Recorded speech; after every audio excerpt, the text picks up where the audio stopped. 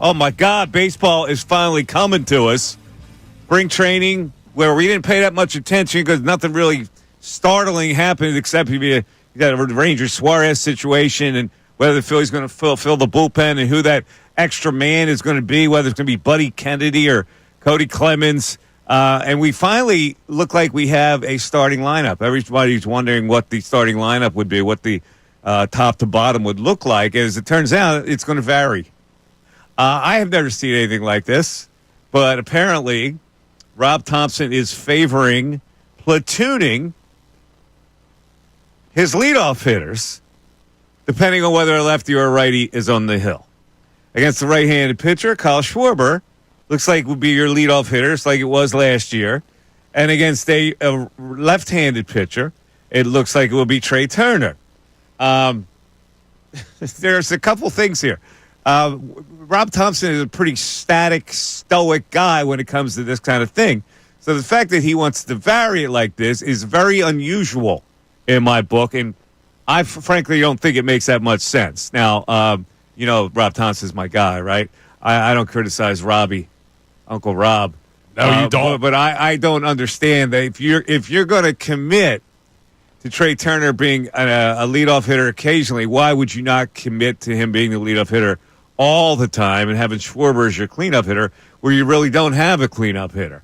And the other thing about this is I've been lauding Rob Thomson for his consistency with his players. I think he gets how his players' emotions are. Major league players are egotists in a lot of ways. They don't like being jockeyed around. They like coming into the ballpark knowing where they're going to hit.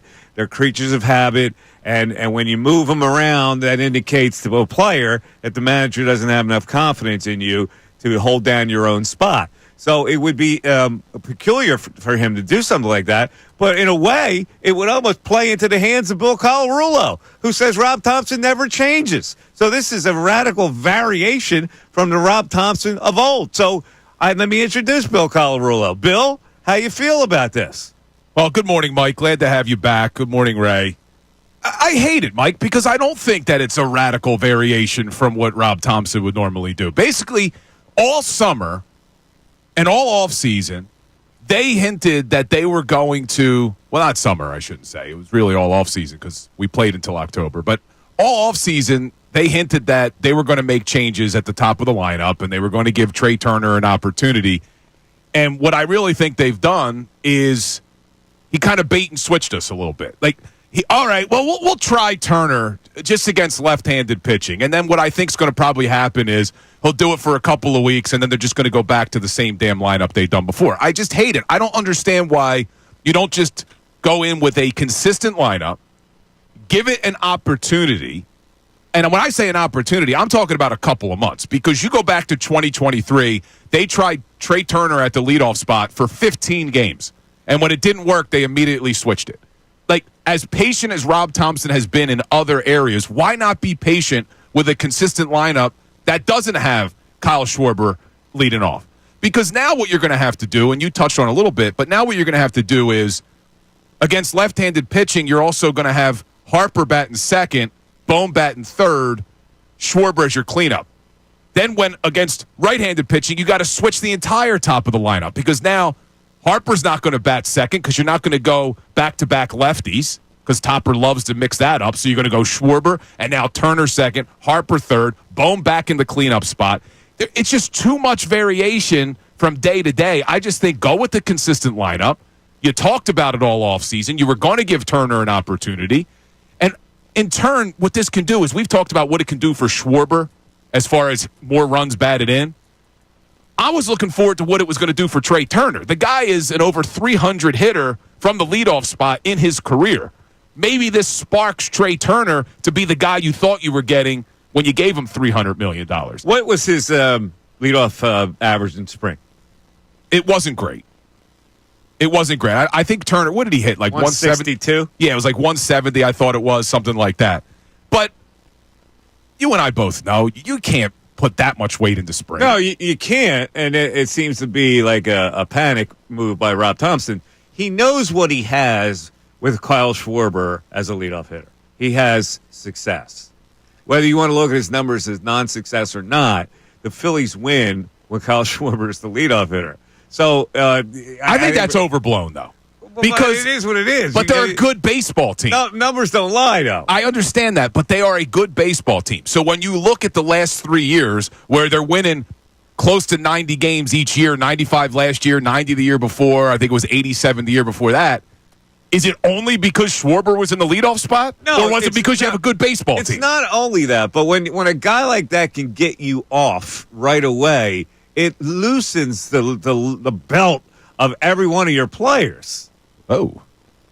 Well, you know what I'm saying. Stop what you guys are like sophomores. I swear to God. Oh, 10 o'clock Monday morning. Where are we going with this? It loosens the load on everybody. It's like, oh, we can breathe. We can now take the bottom of the inning or top of the next inning if you're home, and we got a lead. We can play better with a lead. I don't know. Listen. Wait, how many leadoff home runs did he hit last year? He set the record, right? Well, it's not just his leadoff home runs. It's the at-bats he'll get subsequently in a game where he'll come up more times and he'll give you more of a chance for sock. You know? So that's the benefit of having him hit a lot.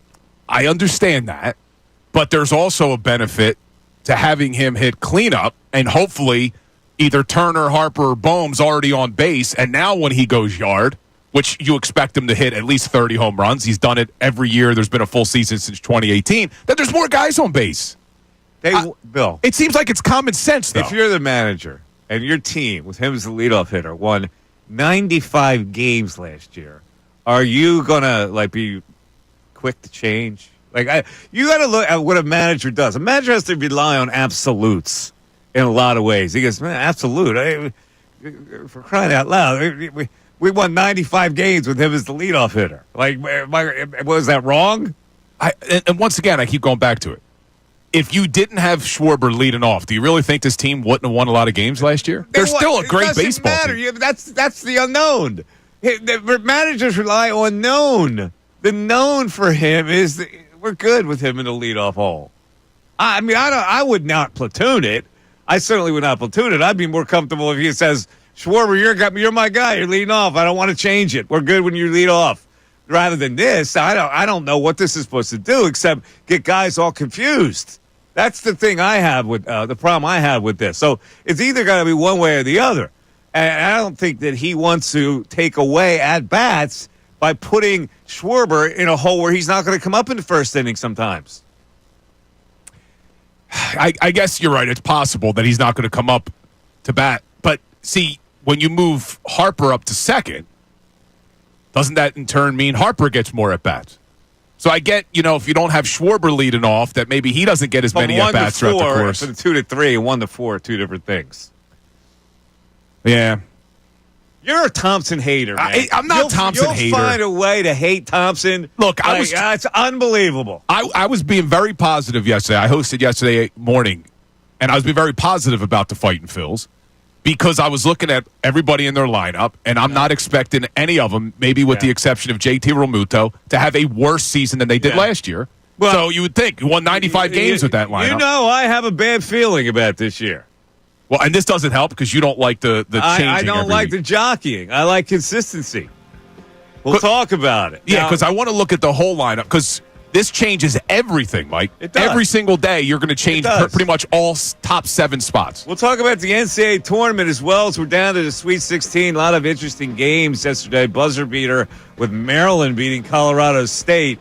And also, Rick Pitino's St. John's, what are they? The Red Storm. The Red Storm now. The Red Storm lose to Arkansas. And in this game, controversial thing happened. The best player, St. John's, rode to Pine for a long period in the last part of that game and got criticized by a lot of people, including a guest we're going to have on at 11:30, the man who called the game, Steve Lapis, former Villanova coach who's making a name for himself as a commentator. He'll join us at 11:30. 610-632-0975. It's the Mike Missanelli Show back after this. Hey guys, thanks for checking out our video. If you want more from the Mike Missanelli Show, somewhere on this screen, there is somewhere where you can hit the playlist. Keep interacting with us.